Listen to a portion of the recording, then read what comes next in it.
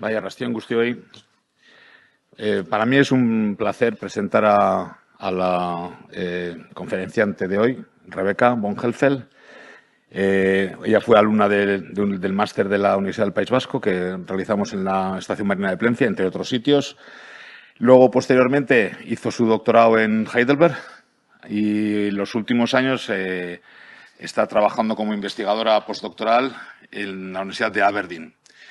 Y precisamente lo que nos va a contar hoy en la charla de hoy es, sobre todo, los varamientos de cetáceos que tienen en esa zona de Escocia, que comparado con los nuestros son pues, 100 veces más, prácticamente, o 30 veces más. En la costa vasca nosotros tenemos al año entre 30 y 40 varamientos de mamíferos marinos y en Escocia sobre 1000 más o menos al año. Hombre, la costa escocesa es bastante más larga, tienen más recovecos que la nuestra, pero aún así el esfuerzo que tienen que hacer los investigadores de allí es muy importante. Entonces, Rebeca nos va a contar precisamente eso, ¿no? Pues cómo gestionan, cómo trabajan y qué información son capaces de obtener de los animales que han varado en las costas escocesas. Una lección para aprender nosotros de ellos que tienen mucha más experiencia que nosotros. Whenever you want. Thank you for coming.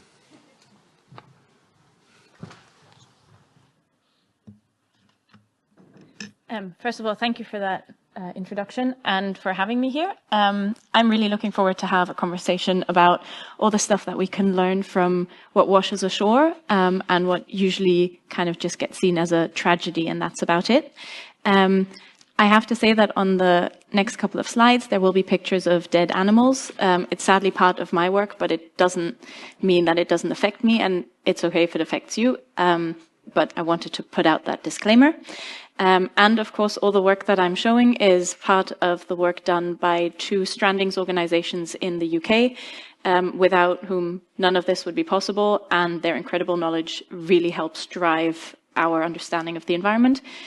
So hopefully that's something I can convey in these next couple of minutes. So first of all, since I have no idea who everyone is, I thought I'd give a little bit of a background. Marine mammals are essentially much like humans. They're warm-blooded, they're air-breathing, they give live birth, they do parental care, they have strong cognitive abilities, and in some species, very complex social structures. So they're these incredible animals. But we can break them down a little bit further into cetaceans, which are your whales, dolphins, porpoises, and then all the other ones are seals, sea cows, polar bears, and otters. Cetaceans you kind of split up a little bit as well by their, essentially by their teeth. So you have baleen whales, which rather than having teeth the way we do, have these sheets that are made out of the same material as hair and fingernails, and they essentially squish water out through these baleens and capture all the krill and the fish they eat, which means that they spend a lot of time diving and feeding, which will come into play a little bit later on. And then you have your toothed whales, which are all the other ones. So your delphinids, your killer whales, pilot whales, your dolphins, your porpoises, so your small fat dolphins, and then beaked whales, which just to me, they look incredibly hilarious, but they're really cool animals as well. So to me and many other people, marine mammals in science are incredibly interesting because they sit at the top of an ecosystem that is really hard for us to study. We can't dive long enough to understand how this entire marine system works. But because they integrate these food webs both over space and time, because they live for so long and they feed on all these different animals, we can learn a lot about the environment through them. And they show us the effects of cumulative impacts like pollution, like climate change, habitat degradation. And they essentially act as this early warning system for something's wrong out there. And that's really important, especially nowadays with all the different things that we've sadly done to this planet, that we need to understand, and that hopefully gives us a chance to change things and to protect the environment. Having said that, I wanted to introduce the UK Stranding Scheme because these people make all this work possible, and they help researchers all across the UK and Europe by handing over their samples and their experience. The UK has a big coastline, so we've kind of split up the country by England and Wales, being covered by the Cetacean Strandings Investigations Programme, led by Rob DeVille in the red shirt and his team, Rosie, Simon and Matt. And then in Scotland, we have the Scottish Marine Animal Stranding Scheme, led by Andrew in the yellow jacket, together with Marielle and Nick. Both organizations were started in the 90s, in the early 90s, so they have about 3 decades worth of data and of knowledge and samples. Together, they have something like 200,000 tissue samples from stranded marine animals and 20,000 necropsy reports and information about where strandings have happened. So that alone is already, to me, really incredible and something that I wish other countries could have as well, but in many cases it's an issue of funding, of accessibility to the sites. So I'm really happy that I can work with these people. They obviously rely a lot on volunteers to go out and to call in when they see a dead mammal, so that they actually know what's happening, but also on trained volunteers to go out and collect samples, take pictures and give them the information. So citizen science for us is a really big thing as well. Moving on, I thought it would be probably most interesting to talk about what we can actually learn from these animals other than about the animals themselves, because of course we can use them to learn about the physiology and all sorts of things, but how can we use them as a bigger picture? So they can tell us things about climate change, about warming oceans. They live in these really diverse ecosystems that depend on these fine-tuned parameters to not change. So what can we learn from that? They can tell us a lot about environmental pollution. This is one of the most polluted killer whales that we have found to date. She was also the last female killer whale that we had in Scotland as a resident. So with that, there is a population that's now going extinct.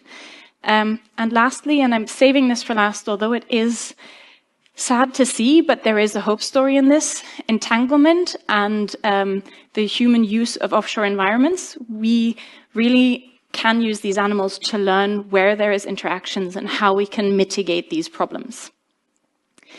So starting with climate change, through simple things like changes in their health status or the species that wash ashore, strandings allow us to understand changes in the warming oceans that we can't see with the naked eye, because you just can't physically see how the water gets warmer.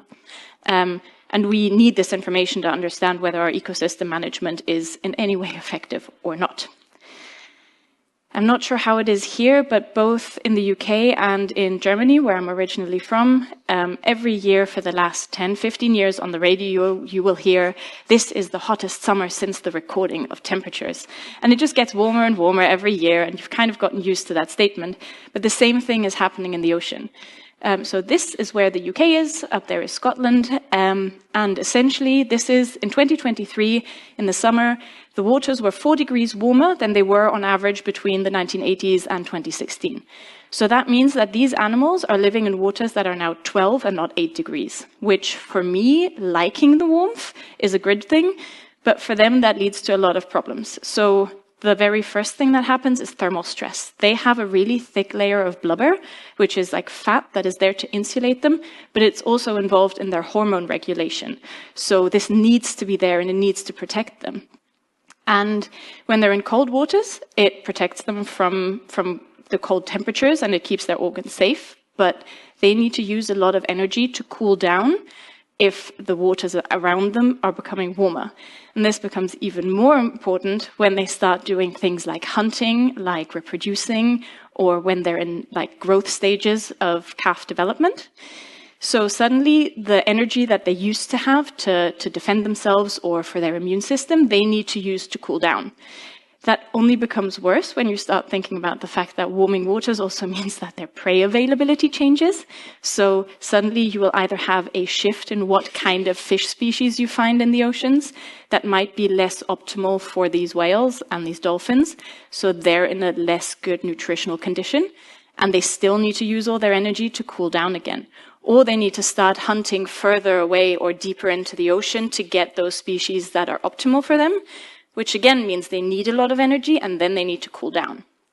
On top of that, you might have changes in seasonality of the spawning of fish. So They might still be there, but they're available at a different time in the year that no longer matches up with things like weaning their offspring or reproductive seasons.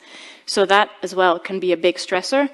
And then the last thing is also that whilst they're already battling with all these problems, you then have warming waters that lead to the increased prevalence of parasites, and that is something that they could usually fend off quite well. But if all the other things are already happening and you put contaminants and noise pollution into the mix, it becomes really stressful for these animals.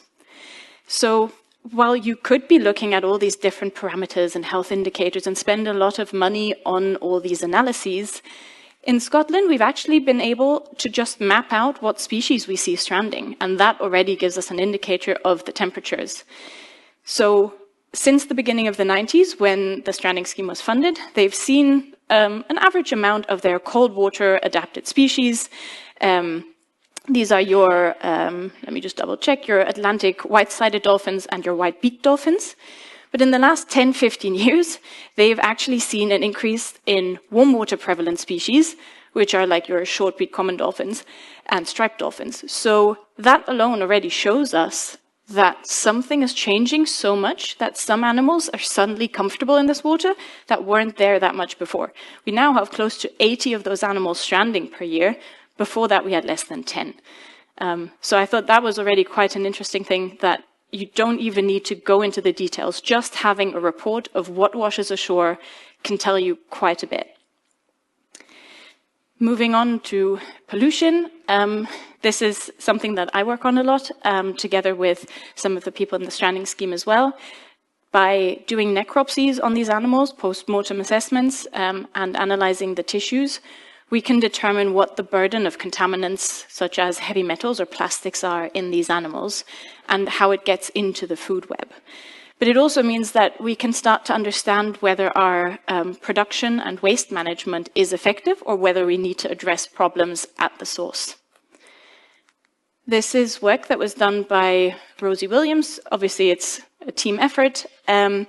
And she was looking at all the samples she could find of various different marine mammals over time and space in both the Scottish and the English database. And she was looking at persistent organic pollutants, which, if you aren't aware of them, are things like fire retardants or your non-stick pans and plasticizers and all these fancy things we've come up with to make our life easier. Some of them have been banned, but not all of them, and even the ones that have been banned are already out there, so we still need to measure them. And the problem is, once they're in the environment, they don't break down, and they accumulate in fat.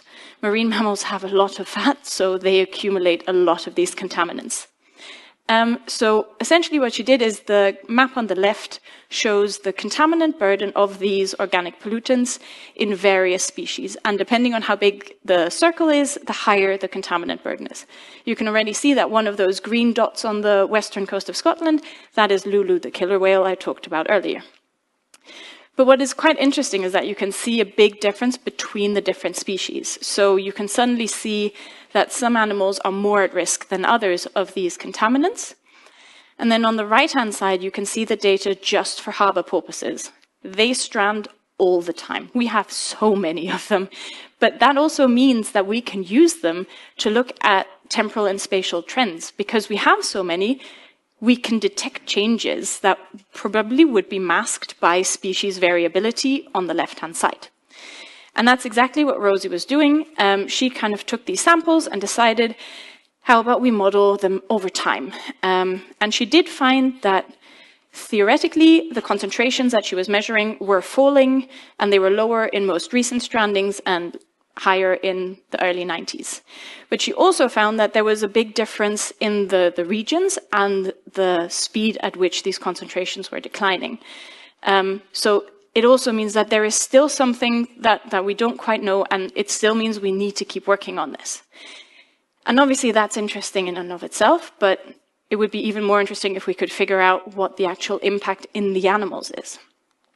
So she tried to look at how we can link the concentration that we measure in these animals with the risk of them dying of an infectious disease because their immune system isn't working properly anymore.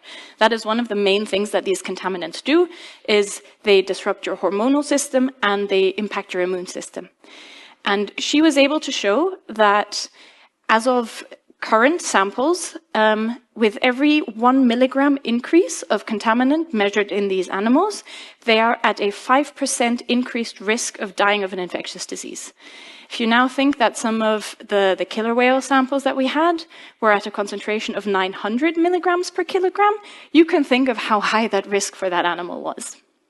So in the UK context, these findings show that we still need to look at the management of these contaminants, and we need to keep reinforcing it and keep that conversation going. But we were only able to figure that out because we have access to this incredible treasure trove of samples and experience within our stranding schemes. And I did promise that this would end on a hopeful note. So for entanglements, we can see either if you have the ropes attached to the animal, you can definitely pinpoint that the stranding was caused by it, or you can see lesions, which means that this is one of the times where we can actually say what caused the death and the stranding of the animal. In many cases, we can exclude reasons, but we can't tell you why it's stranded. And this is really important for us because that means that we can actually figure out where we as a society are living on a too large ecological footprint and where we need to figure out how we can mitigate our impacts. In Scotland, entanglement is actually one of the main causes of strandings for baleen whales. We've had about 160 cases since the beginning of the stranding scheme, 50 of those within the last 5 years. So there seems to be an increase in recent years. And these are only the cases that wash ashore and where we can tell that they are caused by strandings. If the animal is too decomposed or if it sinks to the seafloor and we never see it, we can't record it. So there might be a lot more than this. So we also figured out that one of the main industries or the main gear that these animals are entangling in is creel pods. They're essentially little kind of pods that are baited so that we can catch lobster, prawn, and kind of like the picture on the top, they have one buoy at the end and then they're attached to one another with a line that runs near the seafloor, but it floats a little bit. And that is usually where marine mammals will get caught. And because those things are quite heavy, that then stops them from coming to the surface. Considering that they're air breathing, they do have to come up. So essentially that's how, in many cases, they die. But at the same time, creel fishing in Scotland is very traditional. It's one of the lower impact and kind of more environmentally friendly approaches that we have, especially if you compare it to, for example, dredging or trawling. And it's a very important industry for our coastline, considering that about 2,000 people have their livelihood attached to this industry. And they are custodians of the sea. Many people in this industry that you talk to, they love the ocean. They don't want to catch whales. So this is something that they are as keen on working on as we are. And that is kind of how the Scottish Entanglement Alliance came about, which essentially aims to understand the scale and the impact of this, but also find a solution for it. And they were able to find a solution, which, if you think about it from when I tell you what the solution is probably quite obvious, but hindsight is 20/20, so, it was a bit of a finding process. They just use heavy ropes. They use leaded ropes that sink to the seafloor so that there's nothing to get caught on. And this is something that might sound very easy, but if you consider that this is a fishing industry and that these people who are on the creel boats, they make a living off of this, so it had to be tested. And what the Entanglement Alliance did was they went out and they got about 100 fishing boats signed up to this trial and said, here's the rope, put it out to the test, run as many trials as you can, see if it works with your equipment, see if it's too heavy and suddenly you need to use more fuel, see if there's any problem elsewhere that we aren't spotting because we need this to work for you as much as we need it to work for us. And this is, I think, the only way that we can solve problems like this, is if we work together and if we don't come from the, well, I'm a scientist, I know the answer approach. But if we go, okay, I have an idea, but I'm not in the field, I don't know if this works. Luckily, this idea worked really well. Other than the fact that the rope is slightly more expensive than what they usually used, it worked really well. So right now, we're pushing for the government to subsidize this so that we can make this vital industry for the Scottish coastline even more sustainable and keep it alive. And they're all really keen to be on board with this because they love whales as much as we do. They don't want to see them dead.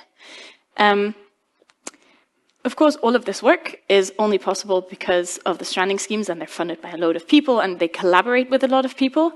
But also, this is work that doesn't just kind of end with us. Anyone who wants to work on this can send them an email and say, I've got this idea, can I use your samples for it? And unless it's something outrageous and the samples can't answer that question, they're always happy to collaborate. I reached out to them 5 years ago because I wanted to try a theory, and I've worked with them since. And they work with people all across Europe and the UK. So really, there is no limit to this, as you can probably attest. And I figured I would leave this up because it's probably more useful for everyone to have the info of the local stranding scheme rather than of the UK stranding scheme. And yeah, happy to discuss anything.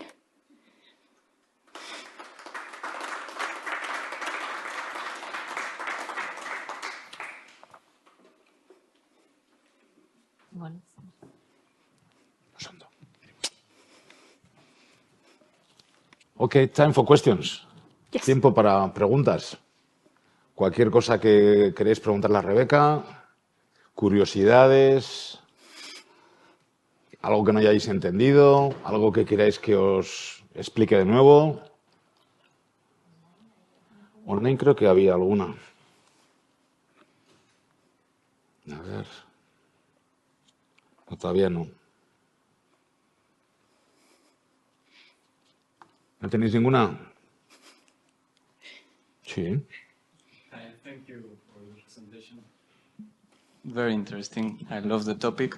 And I would like to know, what is your personal work? What was your thesis about? So I look at mercury and other heavy metals in these animals. And in the interest of time, I didn't put any of that in here. But in the last 3 years, we had 3 of the biggest longfin pilot whale mass stranding events in Scotland. We had 55, 77, and 25 animals stranding.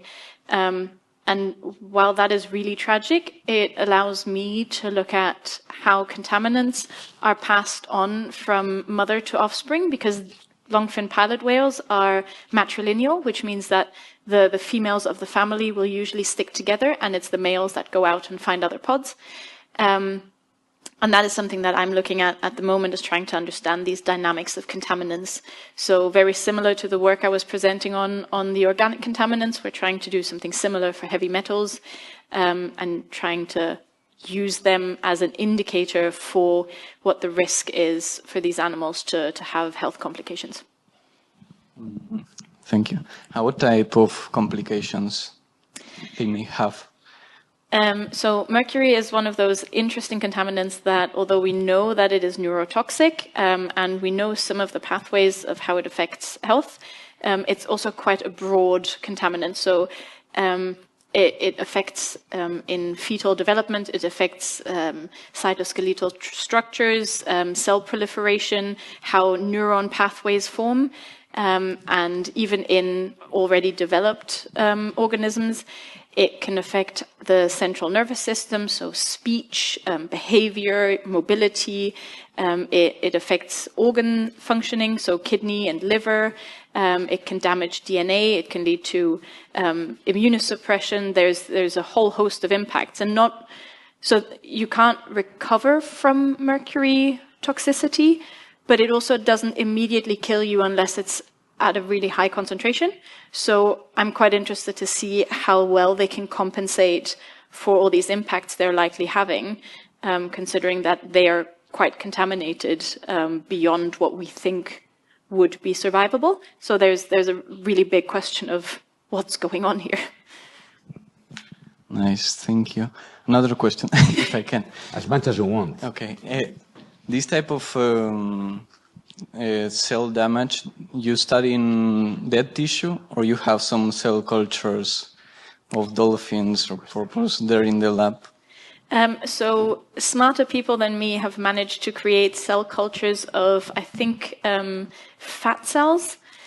It's really difficult to make, so people are now trying to make organoids and kind of recreate small mammals on chips and stuff, which is really cool. Most of the things that we know about how mercury toxicity works is from terrestrial mammals, mostly mouse studies, and accidental exposures, including humans. So a lot of our knowledge is inferring what would happen in marine mammals, and the more we do that, the more we're learning that they're not behaving the same way. So now we really, at the moment, we only have strandings to figure out what's going on until people get to the point where we have functioning cell assays that we can use for this on a bigger scale. Yeah, I'm looking for that because I'm right now doing my doctoral thesis about the effect of pharmaceuticals on the environment, and we have worked with Xavier Lecube with stranded dolphins here with Gorka Oribe.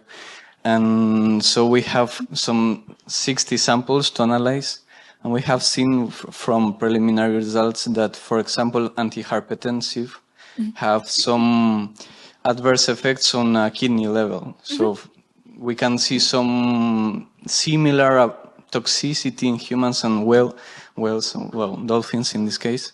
So yeah, I'm looking forward to have some cell cultures to work with that. Have a dolphin on a chip or something like that.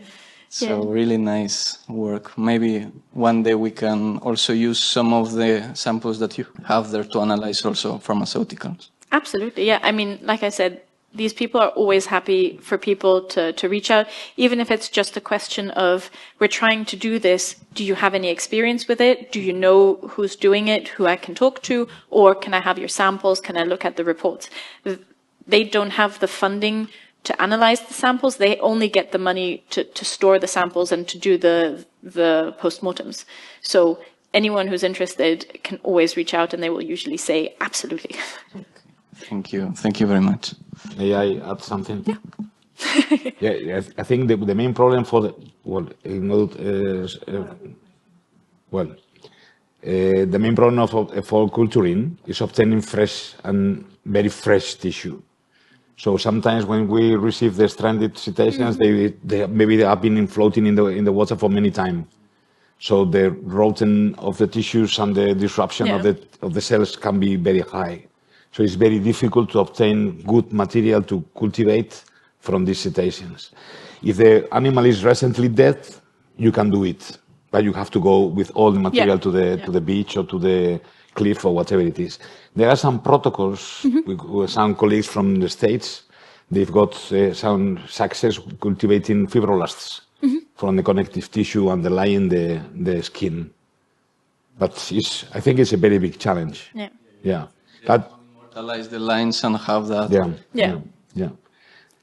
So I think we do have some samples that were snap frozen at -80, which is, I think, the only way that right now you could work with them after the fact. But they were from the live strandings, where that is also something that I wasn't talking about. Oftentimes, these mammals will come ashore, especially in mass strandings, and they're still alive. And if it's too late for us to bring them back out, or it's not safe, or they're already at such a degraded health, then we have to make the decision to have them put down. But that also then means that there is that incredible opportunity to get samples for exactly things like that. So, if you know exactly what you need, you can always reach out and they will tell you what sample material they have available. Thank you. ¿Más preguntas? Oh, aquí hay alguna. Eskerrik asko, thank you very much for this very interesting presentation. Let me introduce myself. My name is Oyana, and I am currently a scientific coordinator in an association based in Brittany, France. At the same time, I am carrying out a PhD collaboration with the University of La Rochelle and the Pelagis Observatory, focusing on the ecology of Reso dolphin in the English Channel, North Atlantic. As part of my PhD, I would like to analyze the use of coastal and pelagic habitats by these species using trophic tracers. I was wondering whether you have strandings and or samples of Reso dolphins in your study area, and whether you might be interested in the possibility of collaboration. I mean, absolutely. I know that we do get more Reso dolphins nowadays. I can speak for the Scottish side. I'm assuming it's the same for the English team. And there are a couple of people who are looking at stable isotopes, which I'm assuming are the trophic tracers that were meant. And there is always a chance for collaboration. I mean, that is why I love science, because you literally get messages like that and go, do you want to work together? And the first thing you say is, absolutely. It sounds like a really cool project. And I think there is the chance that for some of the samples of these dolphins, if we have them, someone's already done stable isotope analysis, so you can maybe just get access to the data and continue using that. So yeah, absolutely. Either send me an email. I think my email is somewhere. Your email is in the website, I guess. Otherwise, they can contact me and I can. Exactly. Either that way or Google one of the two Stranding schemes, send them an email saying you heard this talk and that's where you come from, because they both know that I'm here. So that will help. Rochelle is a very nice place to work. One day I want to go. Also, they've got, I think it's in Pelagis, one observatory for turtles. Yeah, we've had one turtle in Scotland, and I think there's a couple more that we had in England. But they're still quite rare for us. Okay, thank you very much. I will send you an email. Perfect. ¿Alguna pregunta más? No tiene por qué ser científica, ¿eh? Puede ser curiosidades de, no sé, pues, everything. Si no hago yo, ¿eh? How is the master from the University of the Basque Country, the one that you did here? So I graduated in 2016, and since then I have been badgering him to give me a job here every single time I come back. I absolutely loved it, and I tell everyone I meet who's looking for a master's program to do it. And I'm not being paid for it. That is quite honestly my opinion. Yeah. Well, the master program has been running for 20 years, I guess. Yeah. This year is the 20th anniversary of the master. And it's a master that we coordinate in collaboration with Southampton, with Liège, Bordeaux, and now in this last year, Açores from Portugal. And it's devoted for marine environment and pollution, chemistry, physics, remote sensing, satellite, everything that has to do with the health of the ocean.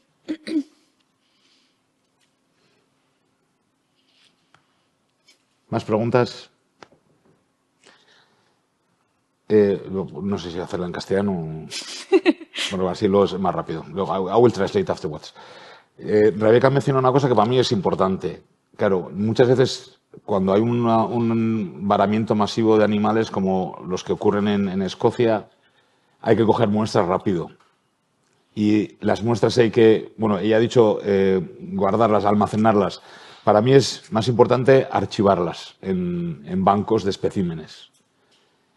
¿Qué información puedes sacar para la conservación de las especies a partir de las muestras que hemos archivado? You know what I mean? I mean, for me, it's not only storing the samples, but archiving the samples in biospecimen banks. So what kind of information can you obtain for conservation of species based on the analysis that you do, or the analysis that anyone can do based on the samples that are archived, not stored, archived in the biobanks? So we're quite lucky that for some reason we managed to take A, a lot of species samples, and B, a lot of different samples. So samples will be taken and stored frozen at -20 and at -80. Then there will be some for histology. If anyone has specific requests for how samples are taken, stored, or sent, wrapped in tin foil or put into a glass vial or whatever, that can be done. And because these samples are stored in these different processes and in forms, that means that they're available for different studies even 10, 15 years after they've been taken. We have a lot of the histology samples prepared, even slides made, but not stained, so that they're even easier to use and you don't have to make them yourself. And I know that people are doing stable isotope research. They're doing reproductive health of females, because, I mean, we already know very little about that in humans. We know even less about that in marine mammals, and it's really important to know, because without understanding that, we can't really protect a population if we don't know how they're reproducing and what affects it. There is genetic studies being done on it. Some people who do remote sensing come in to like understand how the skin reflects. Yeah, it's all sorts of studies, and because they have such a vast archive and ways of archiving it, I think that really helps future collaborations. También es importante relacionar cambios a escala global. Has mencionado global warming, el cambio climático, a pesar de que haya gente que todavía que no se lo crea, sí que cada vez hay más evidencias de que lo que está ocurriendo, no solo a pequeña escala, sino a nivel global. La combinación de cambio climático o atemperamiento de las aguas donde viven los cetáceos junto con contaminación puede ser un cóctel explosivo. I'll need that in English. You have been talking about well, there are different factors that can affect the survivability of the species of cetaceans, such as the global warming all related with the climate change. This is very clear evidence that something is happening, despite of some people that they still don't believe on that. But also the combination between the effects that can be produced by global warming with the effects of pollution can be a lethal cocktail for the marine mammals, and which kind of implications they can have to the ecosystem health as a whole. That's a really difficult question. So essentially, a lot of the studies that are being done with these samples are looking at specific questions, because that's the easiest way to get funding for some of this research, is to say, I want to know how high the contaminant burden is. I want to know what they've been eating. And then later on, we try and piece this together. A lot of the time, some of these samples have been taken because they think we could be using them in the future. And then 10, 15 years later, someone comes around and says, I need those samples to do something. And then they have them. So we can, even if we can't answer that question now, we might be able to answer it in the future. And at the same time, things like warming waters leading to increased parasite burdens potentially, or them not being able to fend off viral infections as easily.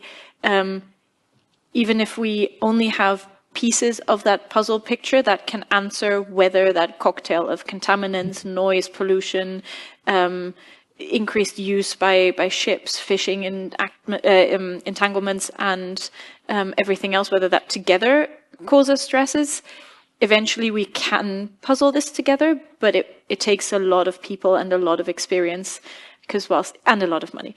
Because whilst I can maybe answer the question about whether contaminants are a problem, I don't have the experience to answer whether that is linked to, I don't know, their reproductive health or not. That needs a different specialist. So I think we really need this big meetup of all the marine mammal contamination ecosystem people, and we need a lot of money and a lot of time, and we have none of that. ¿Más preguntas? ¿Vamos bien de tiempo? Sí. Another one. I love a lot what the last trend in our research that is involving citizens.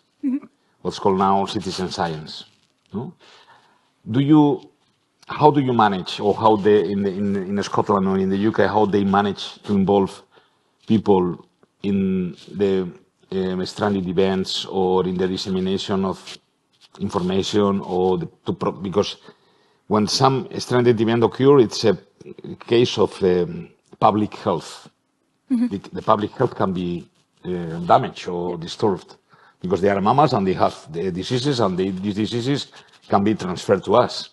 So you have to take care a lot we have to do training or how it's called, trying to send information, the real information to the people, saying just not to do anything, just call to in this case, in here, 112, la Real de Servicio Tará, a las emergencias. And in your case, how do you involve people in helping you?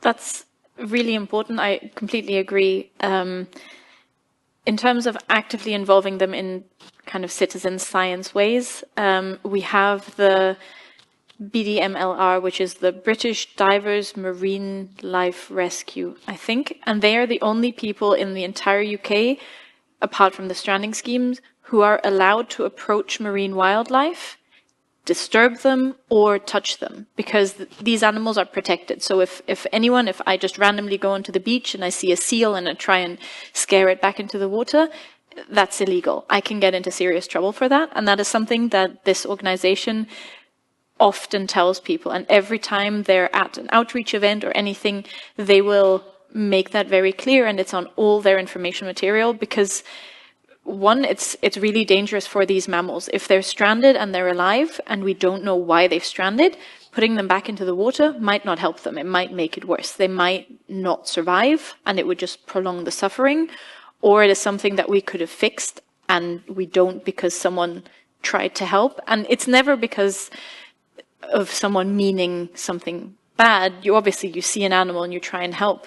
And at the same time, these animals are stressed out, which means they can respond and react in ways that you don't anticipate. A dolphin can properly knock you out just with its tail fluke because of how strong the muscles are. So if you walk behind it and it whacks you, that is really dangerous. And like you were saying, they have bacteria and diseases that you don't want to catch. You can die from them. There is serious antibiotics that you need to take that will mess with you for a month. If you don't get that specific antibiotic, you die.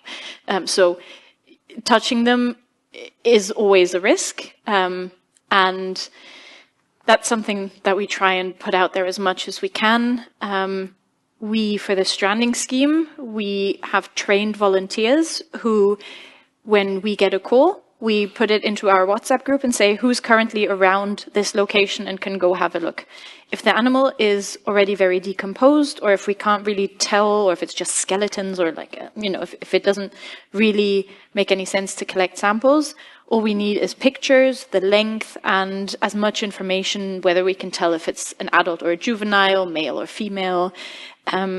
But where the animal is still fresh enough, we either take samples or if we have the chance, we take the whole animal with us so that we can do a necropsy. And this is something, especially where we do full necropsies, you will often have those volunteers calling back in after a couple of days saying, hey, what did you find? That dolphin that I brought you, what was the cause of death? Was it okay? So that is really nice to see that they want to have that feedback. And what both of the organizations do really well is outreach and engagement. So they're at festivals. We have all these really cool games that we can use to explain, especially to schools, how certain bits of science work that we do. We have a guy who works at the museum in Edinburgh who knows everything and more about bones and about animals, and he brings this box of dolphin bones and just says, now build the dolphin. And you can see how people try and figure out which rib goes after which one and how the head works. So just having things to show. And I really wish I could have brought teeth and stuff with me, but crossing a border with that kind of material is illegal, and I really didn't want to get into trouble. But it's simple things like. Bring some. I forgot. Yeah, that's okay. I agree. Outreach is and it's really nice to see when people go, oh, that's how they look. Especially for dolphin heads, they're really funky. Hay dos preguntas. Una de ellas ya lo conozco al autor. Es un buen amigo. Dice, Rebecca, very nice talk. When did you start archiving samples? From how many different stranded animals? More or less. So the organizations both started in the 90s. I think in England they started 1990, Scotland 1992. They have over 20,000 reports. Not all of those are animals that they will have sampled. Some of those will be cases that were too far gone. But like I said, they have something like 200,000 samples, obviously multiple samples per animal, but that kind of gives you an indication of the scale, I hope. You can talk with Xavi because he did the question. Ah, brilliant. Hay otra, está en castellano. Hace un poco salió, dice, exacto, I suppose that is regarding the presence of cetaceans and people together on the beach. Hace poco salió un reel de un león marino varado en una playa y la gente iba a tocarlo. El león marino se mostró agresivo y se giró de forma inmediata. He's talking about the risk that when the lion, sea lion, stranded and is quite aggressive, and when the people come trying to touch him or her, there can be a problem with because it's a wild species, it's a wild animal. Yeah, absolutely. And in the UK, especially in Scotland, there are certain beaches where we have seals that haul out there and they rest there. And what most people underestimate is that seals actually spend a big amount of time on the beach rather than in the water. So a lot of people who see that for the first time, they are concerned and they think that the seal shouldn't be out there for that long and that might be a sign of something being wrong. And oftentimes there's nothing wrong, but we still have to send someone out who's trained by one of the organizations just to stand there and to tell people exactly that and to make sure that children and dogs don't get too close because, it is something interesting to see and you want to show people. But yeah, especially if these animals aren't sick, they will get really aggressive and, it's not a normal environment for them to have people crowd around them, so... You told me before that in Scotland it's forbidden to touch the animals, so they can receive a penalty if they touch. Yeah, it's not like here. Always it's a problem when you use force or money to do the proper thing. But sometimes, do you think it's necessary? I think so. So in the UK, it's forbidden to touch, kill, or disturb them. So even if you're walking around them, but you're too close and the animal gets stressed out, that is already forbidden. And I agree, putting a fine or some sort of deterrent on these things very quickly feels like someone's telling you what to do and what not to do.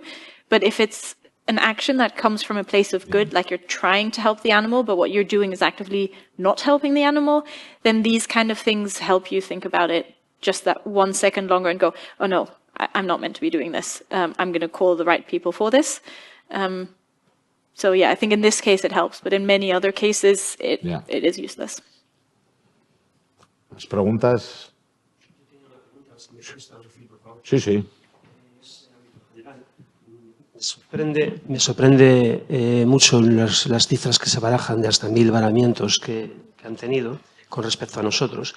En este sentido, si se ha estudiado si son, o en qué tanto por ciento son origen en contaminación y en la actividad humana, la actividad económica, ¿no? Si hay algún estudio en este sentido. También cuestionar un poco la situación del reproche de la Unión Europea hacia España y Francia con respecto a las capturas accidentales que se producían, en qué medida se ha mejorado.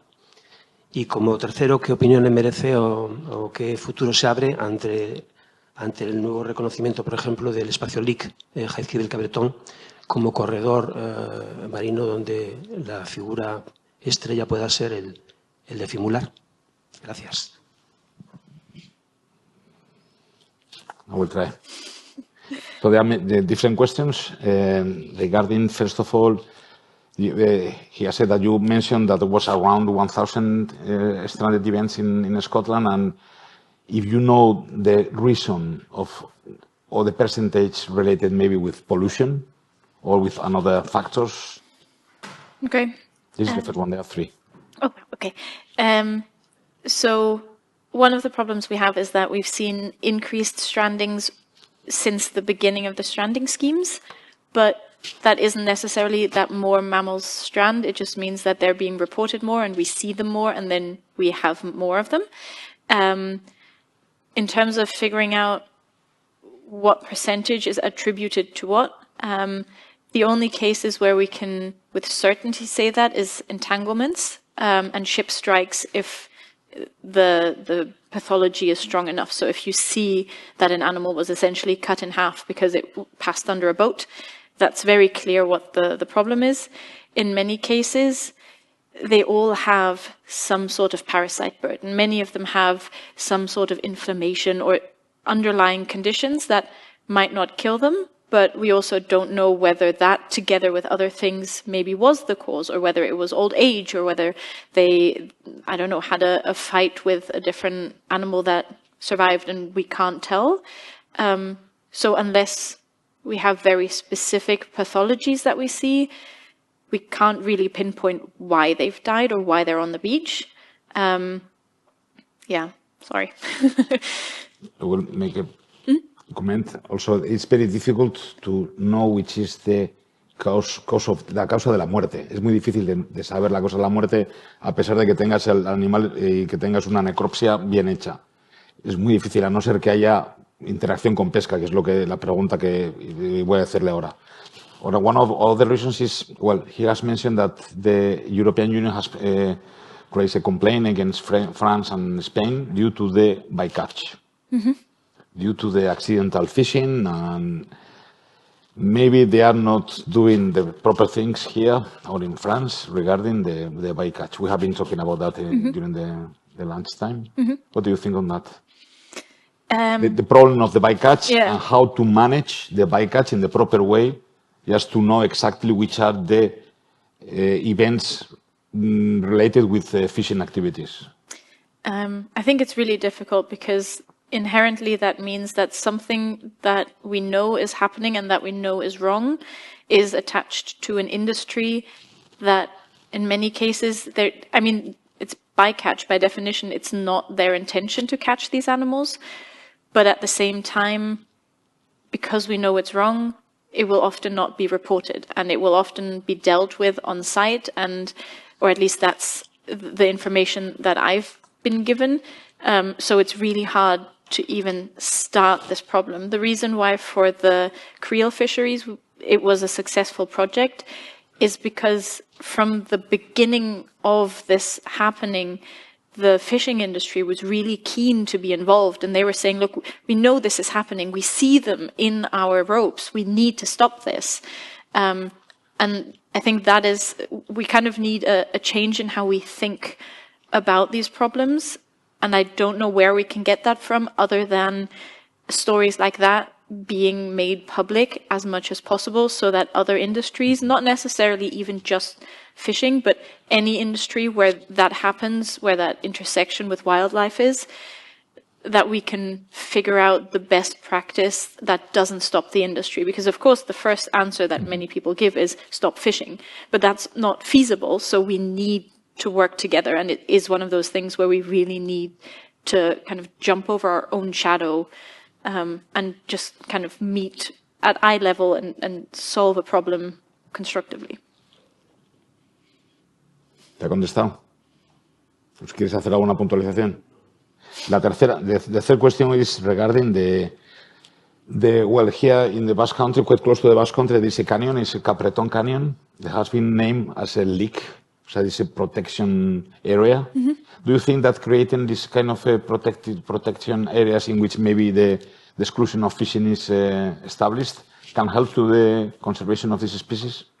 If done correctly, I think so. In many cases, I think these protected areas are too small or in the wrong location, which then makes them maybe not useful to the species that we would be interested in protecting. They will always do some good. Having an area that we cannot touch, if we manage it in a way that we literally cannot access it and it has to just stay this little haven, it will always do good. It's better to have a small protected area somewhere than not at all. But I think especially if we want to protect marine mammals or other species that are migratory or that have really big habitats that they live in, we need to first understand at what point in either their lifespan or in their annual behaviors they're most vulnerable, and figure out how we can use that area as a protected area. So maybe the area that you mentioned is the prime position for this. I don't know enough about it, but yeah.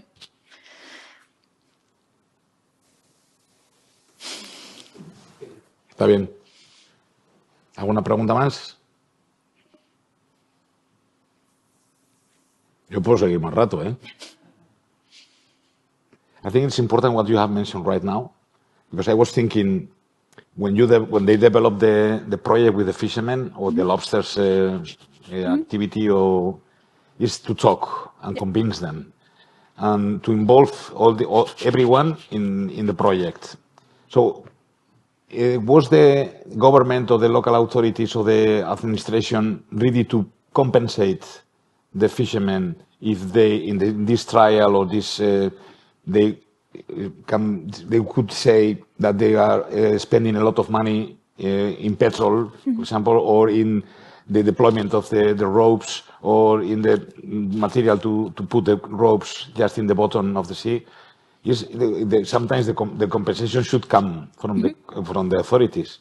Were they ready to compensate the loss of money, or?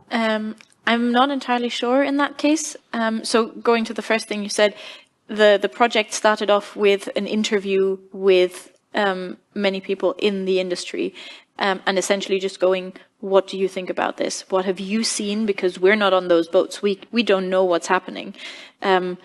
And I think that is why this has been so successful, is it immediately went to, you're now the expert. You're the people who are in the industry. You're on the boats. You're using this material. You tell us how this works for you. In terms of the costs, I wasn't involved in the project. So, and there is a website, they have a report. So this material is out there. I know that they were concerned that this could lead to additional costs. And I think if it had, I fully agree, there should be compensation from the government, from local authorities to support these kind of things, because, you know, everyone can say, well, we need to be more sustainable, but you then also need to put your money where your mouth is. You have to then support these processes. In this case, as far as I'm aware, the only additional cost was that this rope is slightly more expensive. There was no additional fuel consumption. They didn't have to replace anything they already had. So that is something that is probably quite likely that they will subsidize, just because the money is quite limited that they need to spend. If this had been more expensive, there might have rather been a call to come up with a different solution in order to avoid the associated cost. And the number of entangled species was reduced, was significantly reduced? Yeah.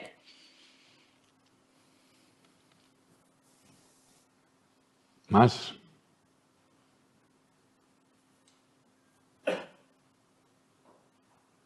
You want to add something?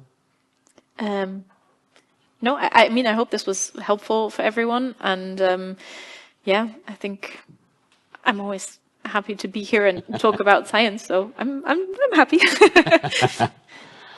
So, eskerrik asko. That means, well, you know what it means. That one I know.